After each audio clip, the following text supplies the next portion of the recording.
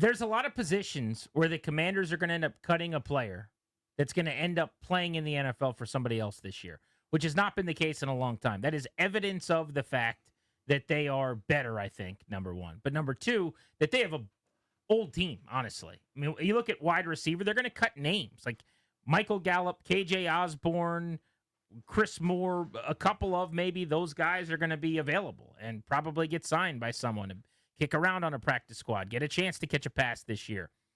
There are other spots defensively. I was thinking about the defensive line. You know, if they keep 9 or 10, Armstrong, Payne, Kinlaw, Miller, Wise, Goldman, Newton, Farrell, Baptiste, Day, Carl Davis, Jacob Martin, Jalen Holmes is at an awesome camp. Andre Jones, former 7th-round pick. Like, there's dudes here that get cut that are going to play somewhere else. I really believe that. The spot that I really had this epiphany watching practice about today was the running back room. Because everything's been about Jacory Croskey-Merritt.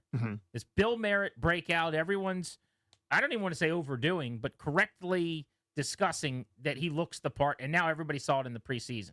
There's no secrets anymore, and you guys see what we see. It's the one cut, it's the up the field, it's the physical, violent running. He had probably 3 plays that particularly stood out to me against the Patriots where I go, you see?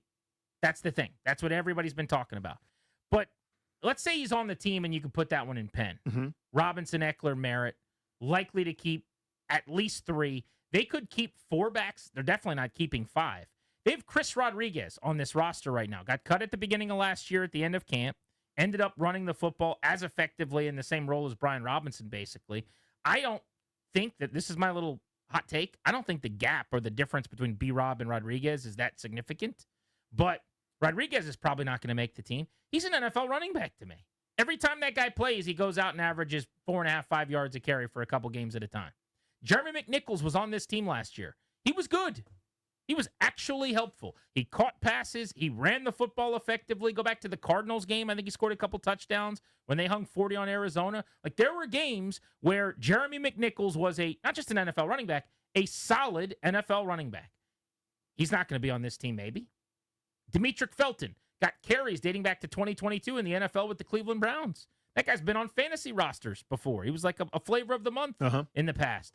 You saw the preseason game against New England. He looked pretty good. He hit 42 yards, averaged 6 a carry. Today, they didn't give out an MVP award. That would have been really wacky in their little scrimmage. Demetric Felton was the most effective player. Like, from a stat line, if you could look at a box score, nobody had a better statistical game than he did. He had a touchdown run, ripped off 2 really impressive runs. He was probably the biggest offensive standout of anybody in that practice. And so my point is, at a position where they're likely to keep 3, maybe keep 4, Robinson, Ekeler, Merritt, McNichols, Rodriguez, Felton, that's 6 guys. Half of them may not make it. At least 2 of them won't make it. I'm not even going to bring up Kaz Allen, who I think is super interesting and can catch the football and was a wide receiver return man in college who flashes occasionally at practice. But that's just one position group to point out.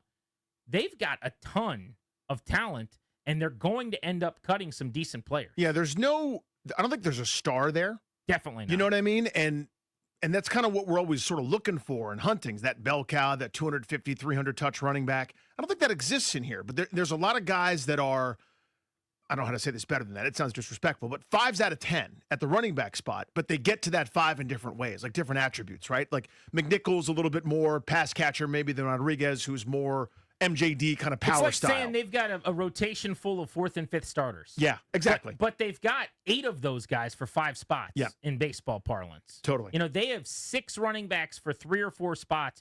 Yeah, maybe it's all 3rd and 4th starters, but they actually have some decent depth of guys that are somewhat redundant or comparable. No, but there is depth there, kind of to your point, right? So you can do a hot hand bit. I mean, there are times where, again, I always point to that Atlanta game where Rodriguez ran the ball the best of any running back that was on the field that day. There were games where McNichols that had that title, certainly, right? So it is going to be fascinating. But the question then becomes, who can you get to the practice squad, right? If there's an issue there, if there's a potential. Like, are you terrified of losing Kaz Allen? No.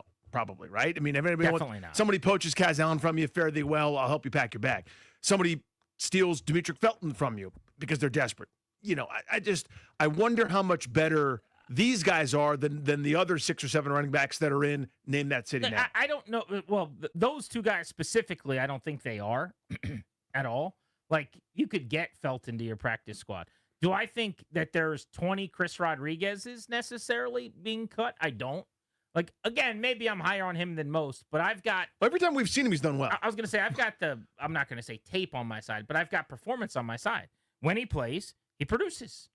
I mean, how big is the gap between Brian Robinson and Chris Rodriguez? I posed this to someone out there with the team, and basically what came back to me was Robinson is more of, gives you more of a chance to actually be a bit of a horse. Like, he could take on the workload. I just think that you've seen him do it. That's the difference. How do you know Chris Rodriguez couldn't be that guy? I don't remember if it was the Giants game. Last year, he had like a 17-carry game, if I remember, didn't he? Where he like toted the mail a little bit at one point last year. Maybe I'm making that up. I'd have to look. But for some reason, that sticks out in my head. Tennessee game where they were blowing him out and everyone ran for 1 million yards, 13. Okay. There was an 11-carry game against the Giants, 11 for 52. So 11. Yeah, when nobody was doing anything on the ground that game except for him. By the way, that's a second half. That's like a half of football. Right. So that's like a 20, 22 carry, whatever it is, like pace that he's on. Who's to say he couldn't go out and be B-Rob and go 15 for 75 or something? Now, I'm not saying that Robinson's not going to start. He's going to. They've had the chance back-to-back off seasons as a staff to go in a different direction. They have not. My point is just they'll cut Rodriguez, and he is the kind of guy to me that is not that different from your actual starter. Well, when you say the gap isn't that big, has Robinson improved? Oh, thank you. Listen, I'm over it. I'm ready for something else. So if you want to power back, I'll do Chris Rodriguez. Again, Robinson's got a role in my team. Would you actually consider, in a world where you're keeping 4, well, how do I want to say that? Okay. Would you consider Robinson out, Rodriguez in? No, because he's a 3rd-round draft pick, and there's no financial incentive to do that. Like, I'm keeping him because the difference really, and I'm stick aside, isn't really that big between the two guys. Correct. I can afford to tinker around with Rodriguez to practice squad and that sort of stuff. But to me, I'm over and out on the Brian Robinson era. Love that dude. Really impressive guy. Again, what he's gone through, that's a separate issue for me from the football part of it. I have no interest in the football part of it, other than I got a 4th and 1. I'll trot him out there and ram him into the line of scrimmage a couple different times, but he is not leading my team in carries by a long shot. But they seem to want to do that. Yeah, I just feel like by now we kind of have the information we need. The tragic, awful situation that unfolded in his rookie year where he got shot in the leg. Shot in the knee. Going to pick up food in D.C. back in the summer of 2022 is not lost on me. And what I mean by that is, like, he comes back 4 games into the season, comes out of the tunnel like 50 Cent playing. Unbelievable, it was crazy, dude. Right? He walks out, and it was an awesome scene. I still remember the smoke and the song and the edits that were all over social media. And he ended up averaging 3.9 a pop. Now, every year it's gotten a little bit better. And a Brian Robinson truther or some defender of his could say, well, every year his average has gone up to 3.9 to 4.1 to 4.3. It was a 4.0 yard per carry average for 2 seasons. It's currently 4.1 through 3 now years and 570 attempts. I know what I got here. Yeah. It's a singles hitter. It was the worst on the team last year for anybody that carried it more than a couple times. Yeah. Ekeler averaged more. Rodriguez averaged more. Correct. But it's singles with the occasional double. I'm looking for a gap-to-gap doubles hitter who can hit the ball over the fence. I think Merritt could be that guy. So he's going to play a lot for me pretty early on. I'm going to spend the rest of the preseason finding out, can he pass pro? Yep. Is he good in these other areas? I should point out, I don't think this should alarm anybody, but I'm just throwing out there what I learned today. He did not play at all in this scrimmage, this burgundy versus gold scrimmage today. And I grabbed him after practice real quick and just asked him about it. And he's dealing with a little bit of a sore shoulder or something. I don't think it's anything, but it was one of those, like, why are we pushing him? We got 9 days between the 2 games, and they kind of held him out. That having been said, that Bengals game, he's going to work with the ones for me. Well, yeah. Well, here's why that matters is because what you're thinking about is what they're thinking about. Going, what about week 14, 15, 16, and this long grind? Can he sustain that? Can he play for us and be a bell cow or be a guy that we can give 10, 12, 15 touches to?